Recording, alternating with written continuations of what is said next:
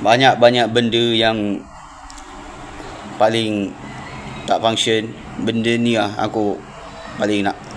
Aku tak boleh nak. Aku tak tahu kenapa IQ-nya, rendahnya IQ puak-puak dari seberang. Dah terang-terang Upin Ipin tu Malaysia yang buat. Malaysia yang aku tak faham lah. Korang ni memang otak dekat gunung ke apa? Dah terang-terang Upin Ipin tu luaran Les Kopak. Kalau kena saman, tak sia-sia kau. Upin Ipin ni kau senang-senang je nak ambil. Kau senang-senang je nak claim semua benda daripada kau. Asal tak datang tanpa izin daripada Indonesia tu korang tak claim. Asal benda yang baik je, yang famous je korang claim. Memang Konoha ni memang otak kan lutut ke apa? Yang salah sangka yang bijak tak ada kena mengena. Ini untuk warga Konoha yang otak tak function. Aku beritahu ni, banyak je warga Indonesia yang bijak, tapi ini memang ni melampau sangat lah pada aku.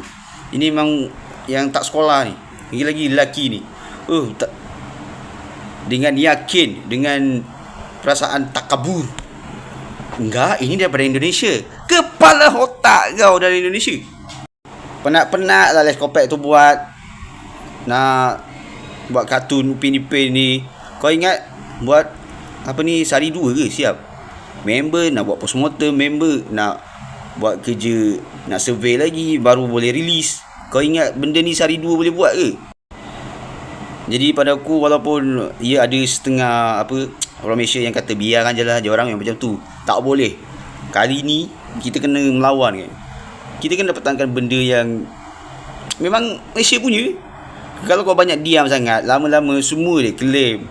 Takkan Upin Ipin ni dia satu culture tau. Lagi satu nanti kalau orang luar tanya, betul ke apa? Kalau kita pergi kat luar, pergi ke mana, lepas tu ada orang tanya, Upin Ipin tu betul ke Indonesia? Betul ke Indonesia yang punya? Jadi kita kena pertahankan benda ni. Korang ingat semua benda korang boleh ambil ke?